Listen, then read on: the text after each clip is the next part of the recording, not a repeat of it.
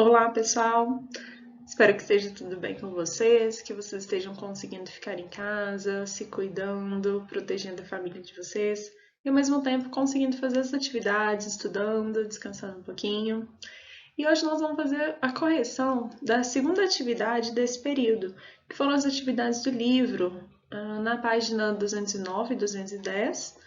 E para resolver essas atividades de 1 a 5, vocês precisavam ler as páginas do livro 208 até 202, até a página 208, que explica um pouquinho mais sobre esse assunto. Agora na correção, além de dar algumas opções de resposta, eu vou também explicar um pouquinho mais a matéria para tirar alguma dúvida que tenha ficado. Se depois da correção você ainda tiver alguma dúvida, anota no seu caderno para que eu receba junto com a sua correção. Aí eu vou saber qual a sua dúvida para eu entrar em contato e explicar, tá bom? E lembrando que eu vou dar a sugestão de resposta. Você não precisa apagar a sua resposta se ela estiver com outras palavras, mas falando a mesma coisa. Então, é preciso que você pare, pense e leia. Olha, a minha resposta ela está diferente, mas está querendo informar a mesma coisa. Então, tudo bem, tá? Não precisa apagar a sua resposta só porque ela está diferente, mas está correta. Combinado? Na primeira pergunta, já lá na página 209, pergunta o seguinte: quais são os serviços que devem ser prestados pelo saneamento básico a fim de evitar doenças e melhorar as condições de saúde da população? Então, quando a gente fala de saneamento básico, se está falando básico, quer dizer o mínimo que toda pessoa deveria ter direito. E o que é esse saneamento? Saneamento é a palavra que a gente usa quando está relacionado à saúde em questão de fornecimento de água, de limpeza de esgoto, nesse sentido. Então, o que a prefeitura ela faz para fornecer essas coisas para a população? E qual que é o objetivo de fornecer água, esgoto? É evitar doenças e melhorar as condições de saúde da população. Então, eu já dei algumas opções. Fornecimento de água potável. E água potável é aquela em que é possível você bebê-la, é possível você chamar de uma água limpa. E essa água potável ela vem encanada. Ela é distribuída para toda a cidade, ou pelo menos deveria ser. E além disso, como saneamento básico também, a prefeitura fornece coleta e tratamento de esgoto, para que esse esgoto ele não caia diretamente em algum rio, em algum outro local e contamine essa água. Então, para isso, inicialmente, a prefeitura ela faz o tratamento desse esgoto para que ele não seja poluente quando ele cair no rio. E também coleta e destino do lixo. Quando a gente joga os lixos na nossa casa, eles são enviados e têm um destino específico.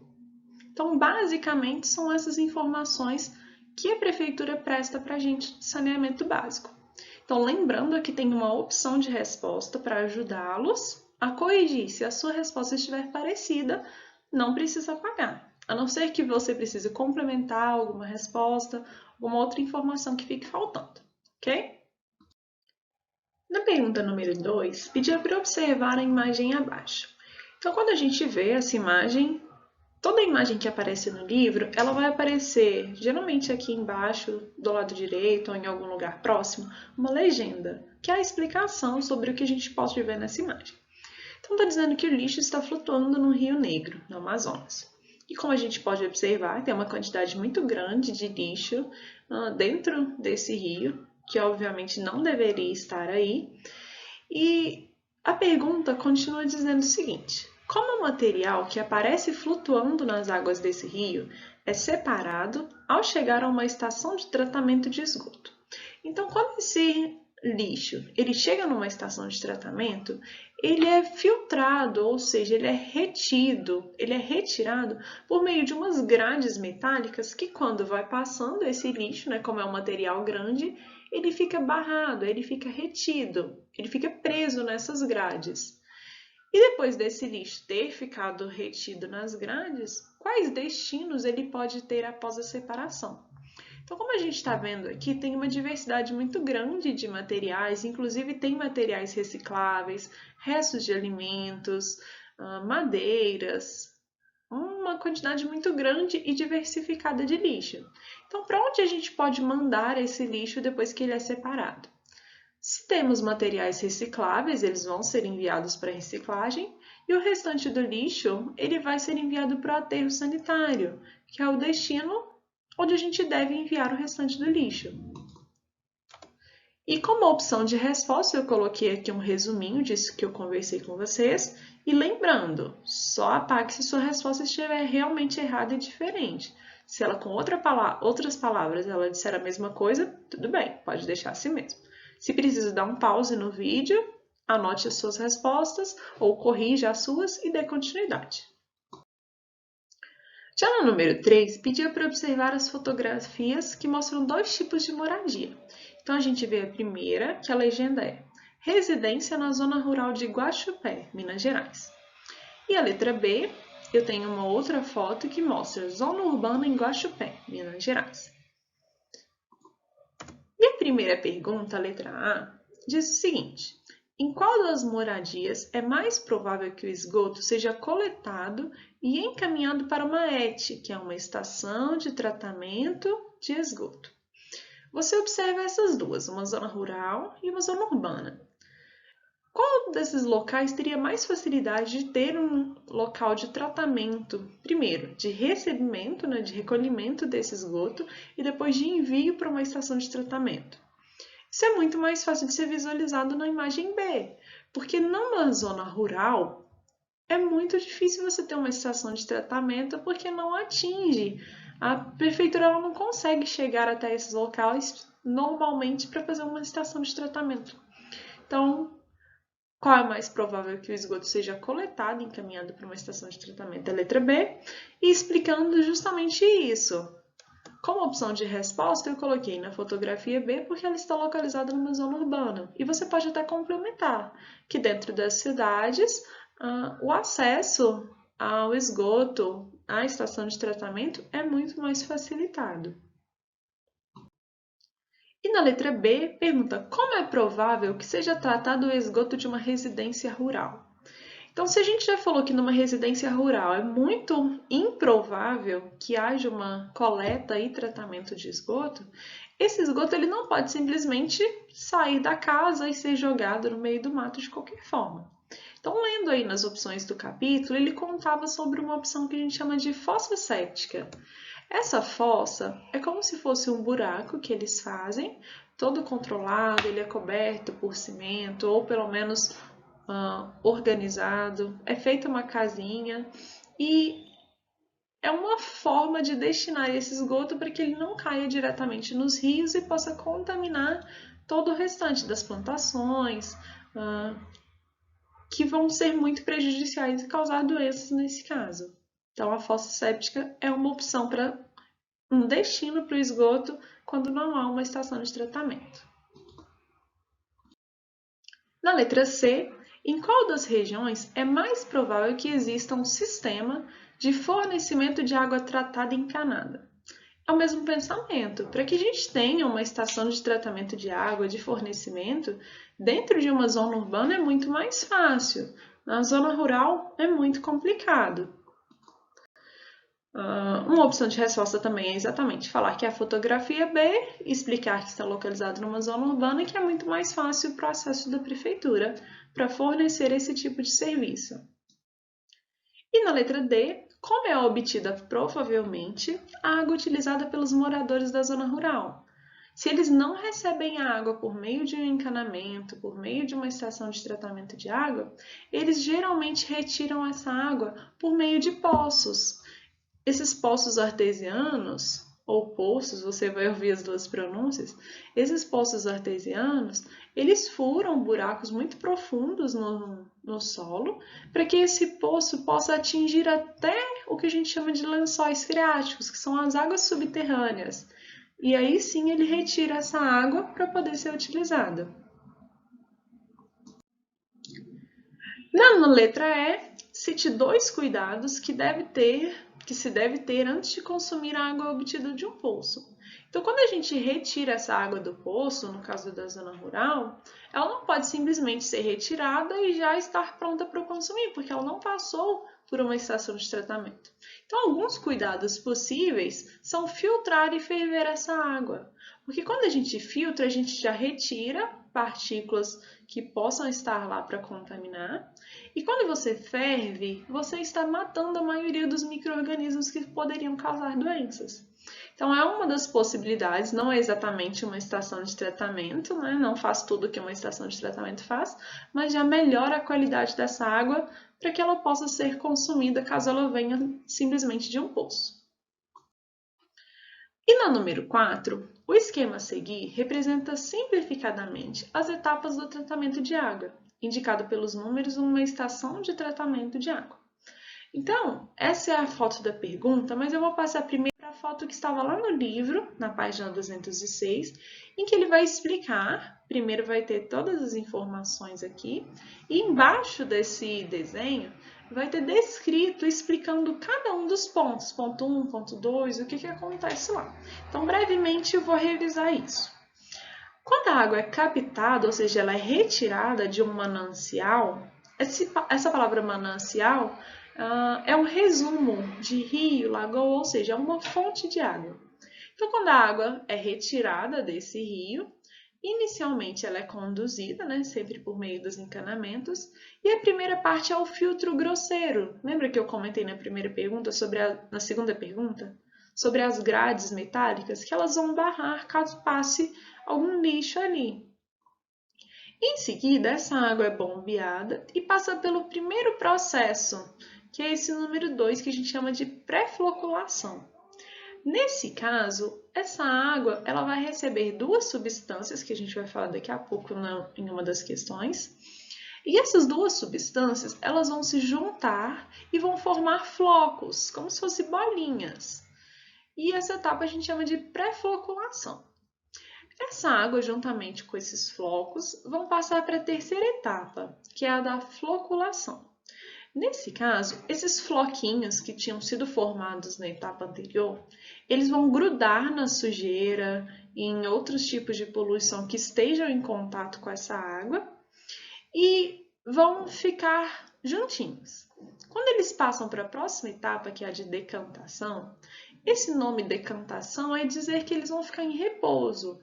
Essa água vai ficar aqui por um tempo dentro desse tanque e esses flocos que tinham sido formados com as substâncias e com as sujeiras e poluições, como elas são mais pesadas do que a água, elas vão ficar, já que vai ficar um tempo parado, elas vão ficar no fundo, elas vão ser depositadas pelo seu peso, vão parar lá no fundo. E aí, só a água, que é mais leve, ela vai passar agora para o próximo passo, que é o da filtração. Nessa filtração, a gente tem uma diversidade de tipos de filtro, mas basicamente está mostrando aqui que a gente tem um filtro formado por várias camadas. A primeira de areia fina, de areia grossa, de cascalho. E aí tudo que for de partícula que era menor, que ainda não tinha sido retirada, ela vai ficar dentro desse filtro e só a água já um pouco mais pura passa adiante. Depois dessa água, ela recebe algumas substâncias, por exemplo, o cloro, que tem a finalidade de matar alguns micro-organismos, o flúor, que vai ajudar na proteção dos nossos dentes, e por fim, ela já vai para um reservatório, que ela vai ficar aguardando até que a água seja enviada para as nossas casas. E quando ela chega dentro das nossas casas, ela já está disponível para utilização. E lembrando que ainda é sugerido que quando você recebe essa água pelo encanamento, que você passe ela por um filtro ou que você ferva essa água para que ela esteja melhor para consumo. E agora voltando para a pergunta, era para observar os esquemas com os números indicados e responder as perguntas. Então, na número 4, letra A, diz que em 1, na etapa 1 aqui, são adicionadas as substâncias sulfato de alumínio e cal. E depois, em 2, essa mistura origina partículas de aspecto gelatinoso, que são os floquinhos. E perguntou quais são os nomes dessas partículas e dessa etapa. Então, o nome dessas partículas são os flocos e a etapa é chamada de floculação, que é justamente o que eu comentei com vocês, que quando eu junto o sulfato de alumínio e o cal, que são essas duas substâncias, elas vão formar os flocos, e depois esses flocos, quando estão na etapa 2, eles vão se juntar com a sujeira, porque a sujeira vai grudar nesses flocos. Na letra B, pergunta qual é o nome da etapa 3, onde as partículas gelatinosas, que são os flocos mais a sujeira, se juntam às partículas sólidas presentes na água bruta e se acumulam no fundo do tanque. Então, essa etapa 3 é o momento que a água fica lá descansando para que todas essas partes mais pesadas, que são os flocos e as sujeiras que estão grudadas nele, vão para o fundo. E a gente chama essa etapa 3 de decantação. Já na letra C, pergunta em 4, nessa etapa 4, a água agora com menos impurezas, já que elas tinham ficado no fundo do tanque da decantação, essa água agora atravessa camadas de cascalho, areia grossa e carvão, onde as partículas sólidas menores ficam retidas. Qual o nome dessa etapa? Então, nessa etapa, lembre que eu tinha várias camadas que vão formar um filtro, e por isso a gente chama essa etapa de filtração. E na letra D, qual é a finalidade de se adicionar compostos de cloro à água? Que era na próxima etapa, que antes de chegar no reservatório, na etapa número 5, a gente tem a adição dessas outras substâncias e cada uma delas tem uma função. Aqui pergunta por que a gente adiciona cloro para a água. O cloro ele é uma ótima substância para matar micro-organismos. É por isso que a gente usa, por exemplo, água sanitária para limpar as nossas casas. Porque a água sanitária ela tem uma substância que teve origem no cloro. Então, na letra D, para matar os micro-organismos. E na letra E, qual é a importância das estações de tratamento de água? A importância é justamente para que a gente possa ter uma água com qualidade, que possa ser chamada de água potável, que esteja disponível para ser utilizada pela população. E essa água também ser distribuída para todas as pessoas, porque além do tratamento, a gente tem a distribuição dessa água de qualidade para toda a nossa população. E na número 5, era para citar 5 atitudes que você já toma ou que você pode tomar para evitar o desperdício de água. Então, eu coloquei vários exemplos e como é uma resposta muito pessoal, você pode dar qualquer outro exemplo que você realmente toma ou pode tomar, acho que vai ser suficiente, que vai ajudar para evitar o desperdício de água. Então, alguns exemplos. Fechar a torneira enquanto escovar os dentes, tomar banhos rápidos, varrer a calçada com uma vassoura ao invés de lavá-la, usar uma vasilha com água para lavar as verduras e deixar a torneira fechada, consertar vazamentos. E aqui tem uma infinidade de opções de tudo que a gente pode fazer para evitar o desperdício de água. Por exemplo, se você está ajudando seu pai, sua mãe a lavar um carro, não usa mangueira, usa balde. Se você está, por exemplo, deixando cair coisas no rio, jogando lixo em qualquer lugar, isso evita também. Então, tudo que você tiver de dicas para evitar o desperdício de água, você pode colocar como resposta nessa opção. Como é pessoal, você pode colocar quaisquer opções, desde que seja no mínimo 5, que foi o que a questão pediu. E eu espero que a correção tenha ajudado vocês a tirar as dúvidas sobre esse assunto. E se ainda permanecer qualquer dúvida, você anota depois que você terminar as suas respostas. E não esqueça de tirar uma foto das suas respostas, enviar pelo Google Sala de Aula. E se você não conseguiu, me envie as suas respostas ou pelo WhatsApp ou preferencialmente por e-mail. E se ainda estiver com dificuldade ou de acessar o Google Sala de Aula ou de realizar qualquer uma das atividades, pode entrar em contato comigo que eu vou estar à disposição. Então, um abraço para vocês!